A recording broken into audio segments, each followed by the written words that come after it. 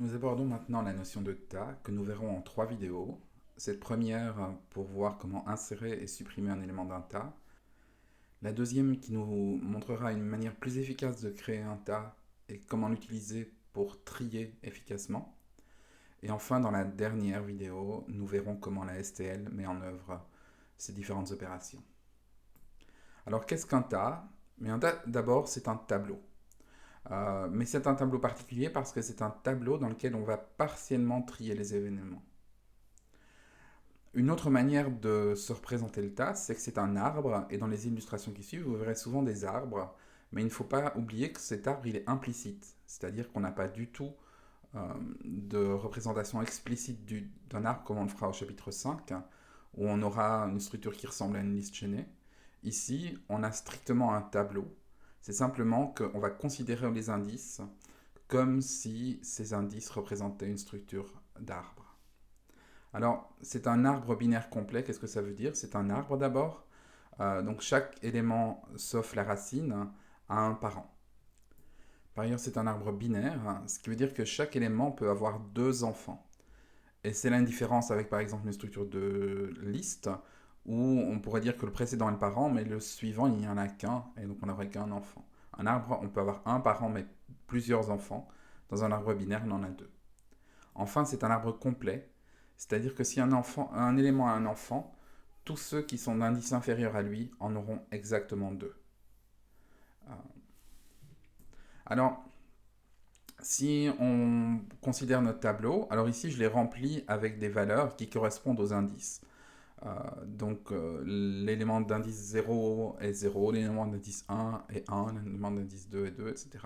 Jusqu'à l'élément d'indice 9 qui est 9. Ce tableau de 10 éléments, on peut se le représenter conceptuellement comme un arbre. Et l'arbre correspondant consiste à prendre le premier élément et en faire la racine de l'arbre. Alors les arbres sont toujours représentés à l'envers avec la racine en l'air et les branches en dessous. Ne me demandez pas pourquoi, tout le monde fait cela. Et sinon, donc le premier élément, la racine, c'est l'élément d'indice 0. Et puis les deux éléments suivants sont ces deux enfants. Et puis les deux éléments du premier des enfants qui est 1 sont les deux éléments suivants, donc 3 et 4. Les deux enfants de 2 sont 5 et 6. Les deux enfants de 3 sont 7 et 8. Et 4 n'a qu'un seul enfant, c'est 9.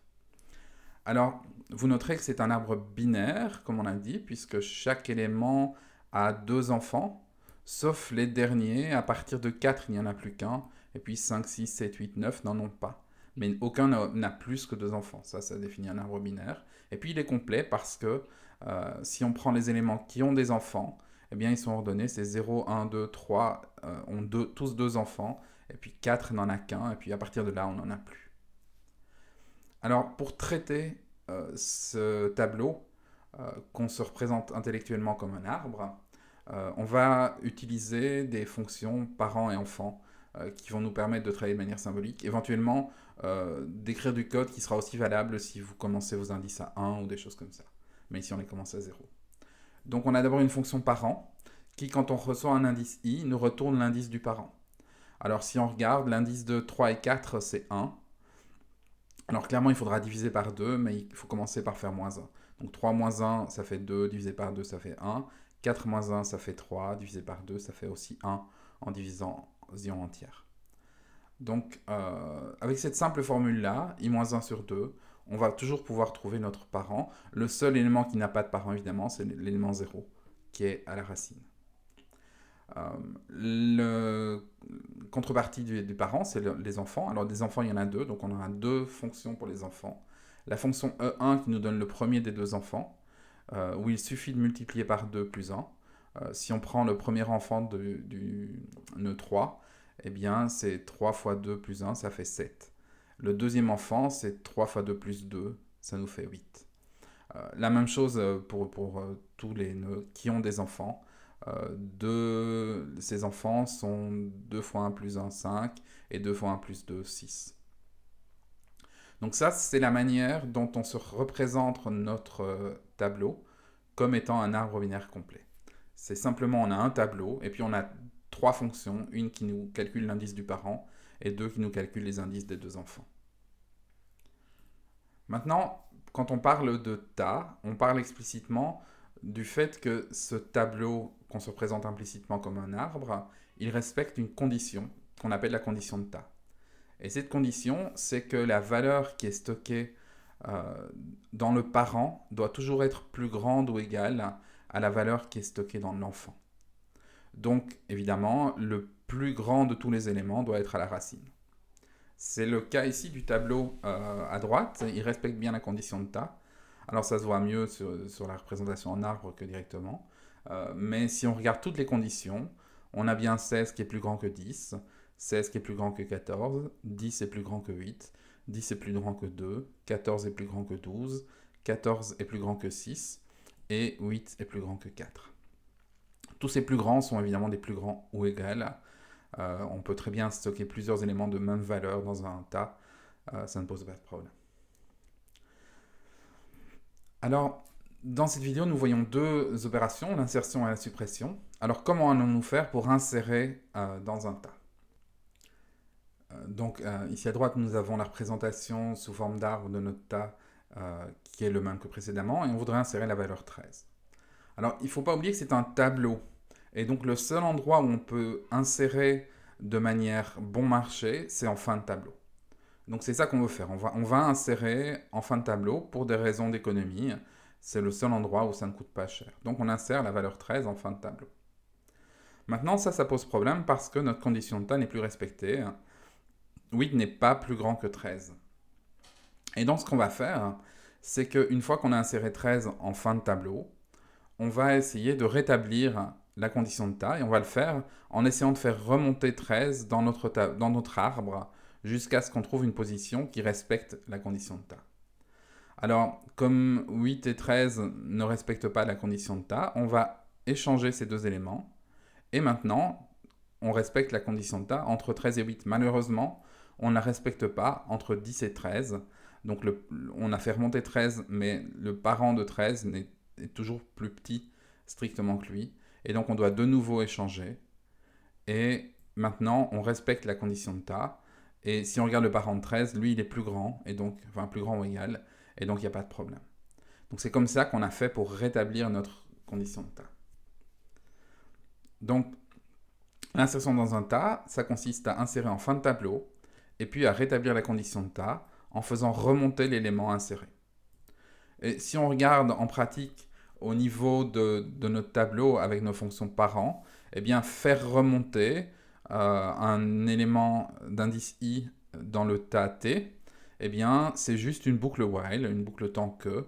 Donc tant qu'on n'est pas arrivé à la racine, c'est i plus grand que 0, et tant que la condition de tas n'est pas respectée, donc que la valeur dans le parent est strictement plus petite que la valeur courante, eh bien on échange les deux valeurs. C'est un simple swap. Et puis on passe notre indice i à l'indice parent. Et puis on va revérifier que soit on a atteint la racine, soit on respecte la condition de tas. Alors évidemment, cette technique, comme parent divise par 2 à chaque fois l'indice, eh bien cette boucle tant que qui divise l'indice par 2 à chaque fois, elle aura forcément une complexité qui sera logarithmique en la taille du tas, puisqu'on commence par un indice qui correspond à la taille moins 1, et puis on divise par 2 cet indice jusqu'à ce que soit on respecte la condition de tas, soit on ait atteint la racine, qui est l'indice 0. Maintenant, la deuxième opération qui nous intéresse, c'est comment supprimer un élément du tas. Et dans un tas, on ne peut pas supprimer un élément quelconque. Le seul élément qu'on va supprimer, c'est celui qui est au sommet. Donc c'est celui qui est le plus grand parmi tous les éléments du tas. Alors ça pose problème parce que le sommet, il est au début, il est un indice 0 de notre tableau. Et supprimer au début, c'est une opération extrêmement chère dans un tableau. Donc c'est pas ça qu'on va faire. On va essayer de le placer à la fin parce que c'est à la fin que c'est le plus efficace de supprimer un élément d'un tableau. Et donc pour cela, eh bien, on va permuter le premier et le dernier élément.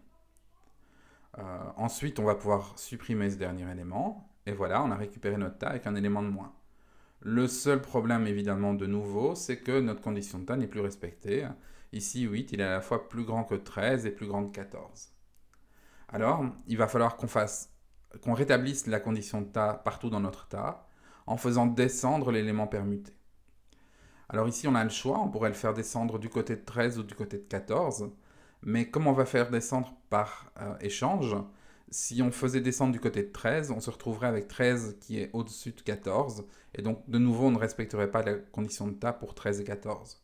Donc la seule manière d'éviter ce problème, c'est de faire remonter celui des enfants qui est le plus grand, et donc ici, en l'occurrence, on va donc échanger 8 et 14. Ça résout notre problème de conditions de tas entre le sommet et ses enfants. Par contre, on a de nouveau un problème ici. Alors, un seul des deux enfants, mais toujours le plus grand, évidemment. Et donc, on doit de nouveau échanger entre 8 et 12. Et là, on a fini, on a rétabli notre condition de tas partout. On a fait remonter l'élément le plus grand tout en haut. Alors, c'est facile, c'était un des deux enfants du sommet. Et on a fait redescendre l'élément qui venait de tout en bas au bon endroit. Donc, pour résumer cet algorithme de descente, eh bien, pour faire descendre un élément, on a besoin d'une fonction qui donne le plus grand enfant, je l'ai appelée PGE. Et elle, c'est simplement, elle vérifie. Alors, elle vérifie bien qu'il y a un deuxième enfant, c'est ce que fait le test. Est-ce que E2 de I est plus petit que taille de T il vérifie si lequel des deux est le plus grand. Si E2 est plus grand que E1, elle renvoie E2. Sinon, elle renvoie E1. Alors donc on a cette fonction plus grand enfant, et avec cette fonction plus grand enfant, c'est assez simple de faire la descente. Alors pour descendre, d'abord il faut vérifier qu'il y a un enfant. C'est ce que fait tant que E1 plus petit que taille. Alors E1, ça nous donne l'indice que devrait avoir le premier des enfants. S'il est plus grand ou égal à taille, c'est-à-dire que notre élément n'a pas d'enfant, il n'y a plus besoin de faire descendre. De toute façon, on respecte la condition de table si on est tout en bas de l'arbre. Sinon, on compare la valeur du plus grand enfant avec la valeur de l'élément qu'on essaie de faire descendre. Si elle est plus grande, eh bien, il va falloir échanger et puis faire passer I à son plus grand enfant pour pouvoir continuer la boucle. Voilà. Donc ça, cette descente, elle est utilisée pour supprimer les éléments. On commence par échanger le sommet qu'on veut supprimer avec le tout dernier élément. On supprime ce dernier élément parce que c'est facile de supprimer le dernier élément d'un tableau. Et puis on rétablit la condition de tas en faisant descendre l'élément qui est forcément petit qu'on a mis au sommet jusqu'à ce qu'il se retrouve sa place en descendant toujours à la place du plus petit des deux enfants. Dans la prochaine vidéo, nous verrons deux choses. D'une part, comment utiliser cette descente pour créer un tas de manière très efficace à partir d'un tableau qui n'est absolument pas trié. Et dans un deuxième temps, comment trier un tableau complètement, donc du plus petit au plus grand, en passant par une structure de tas pour le faire efficacement.